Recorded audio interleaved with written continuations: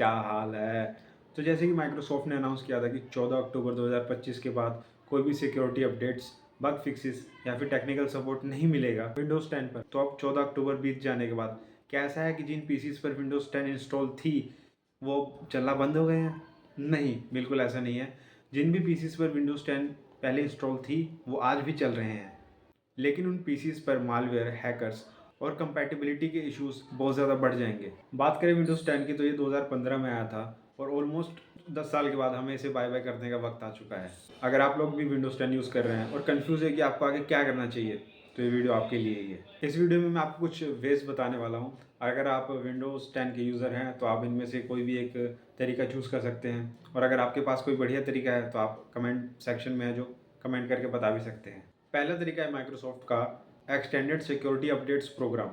अगर आप लोग चाहते हैं विंडोज़ 10 को थोड़े और समय तक कंटिन्यूसली यूज़ करना, लेकिन आप लोग ये भी चाहते हैं कि आपका जो सिस्टम है वो सिक्योर रहे, तो ये प्रोग्राम आपके लिए ही है। इसमें आपको थोड़े और समय के लिए सिक्योरिटी अपडेट्स मिलेंगे जिससे कि आपका जो पीसी है वो सिक्योर रहेगा।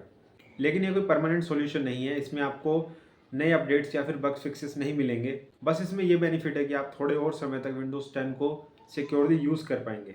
दूसरा ऑप्शन है कि आप लोग अपने पीसी को विंडोज़ 11 में अपग्रेड कर सकते हैं, लेकिन इसमें दिक्कत ये है कि बहुत सारे जो पीसीज हैं वो कंपैटिबल ही नहीं है विंडोज़ 11 में अपग्रेड करने के लिए। इस चीज़ को चेक करने के लिए कि आपका पीसी जो है वो विंडोज़ 11 में अपग्रेड करने के लिए कंपैटिबल है कि नहीं, आप इन दो मेथड्स का यूज़ कर सकते हैं। सबसे पहला मेथड है, आप लोग अपने पीसी में पीसी हेल्थ चेक ऐप को सर्च कर सकते हैं। अगर ये ऐप आपको आपके पीसी में नहीं मिलता है तो आप लोग इसे डाउनलोड भी कर सकते हैं। आपको फिर पीसी हेल्थ चेक ऐप को ओपन करना है। अगर आपका पीसी विंडोज़ 11 में अपग्रेड करने के लिए जो रिक्वायरमेंट है उन रिक्वायरमेंट्स को मीट कर रहा होगा, तो आपको ये ऐप बता देगा कि you are ready to upgrade. और अगर आपका जो है पीसी वो विंडोज़ 11 को अपग्रेड करने के लिए जो रिक्वायरमेंट्स हैं उनको अगर मीट नहीं कर रहा होगा, तो आपको बता देगा कि आपके पीसी में कौन से जो पार्ट्स हैं वो मिसिंग हैं जिनकी वजह से आप विंडोज़ 11 में अपग्रेड नहीं कर सकते हैं। दूसरा मेथड है, आपको अपने पीसी की सेटिंग्स में जाना है, फिर आपको अपडेट एंड सिक्योरिटी में जाना है, उसके बाद आपको विंडोज़ अपडेट में जाना है और फिर आपको चेक फॉर अपडेट्स पर क्लिक कर देना है।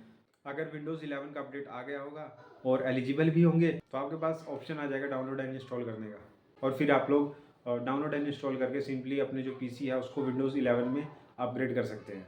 तो इन दो मेथड्स का यूज़ करके आप लोग चेक कर सकते हैं कि आप अपने पीसी को विंडोज़ 11 में अपग्रेड कर सकते हैं या फिर नहीं कर सकते। तीसरा ऑप्शन है, आप लोग लिनक्स बेस्ड ऑपरेटिंग सिस्टम का यूज़ कर सकते हैं। अगर आप लोग विंडोज़ 10 को तो छोड़ना चाहते हैं लेकिन विंडोज़ 11 में अपग्रेड नहीं करना चाहते, तो ये ऑप्शन आपके लिए ही है। आजकल जो लिनक्स के वर्जन्स हैं वो बिल्कुल विंडोज़ जैसे ही देखने में लगते हैं, जैसे कि विन यूएक्स जो कि बेस्ड है लिनक्स पर, लेकिन बिल्कुल विंडोज़ 11 जैसा ही दिखता है। अगर बात करें फ़ायदों की कि आपको लिनक्स बेस्ड ऑपरेटिंग सिस्टम क्यों यूज़ करना चाहिए, तो कम्प्लीटली फ्री है, वायरस अटैक्स कम होते हैं और ओल्ड पीसीज पर भी ये फास्ट चलेगा। अगर आप सिर्फ ब्राउजिंग, यूट्यूब, ऑफिस वर्क के लिए पीसी को यूज़ करते हैं तो ये आपके लिए एक बढ़िया ऑप्शन हो सकता है। अगर आपको अभी तक के बताए गए तरीकों में से कोई भी तरीका पसंद नहीं आया है तो ये चौथा और आखिरी तरीका आपके लिए ही है। आपको करना है क्या कि आपको अपने पुराने पीसी को बेच देना है और एक नया पीसी खरीद लेना है, और उसमें जो भी ऑपरेटिंग सिस्टम आपको मिलेगा आप उसे यूज़ कर सकते हैं। ठीक है।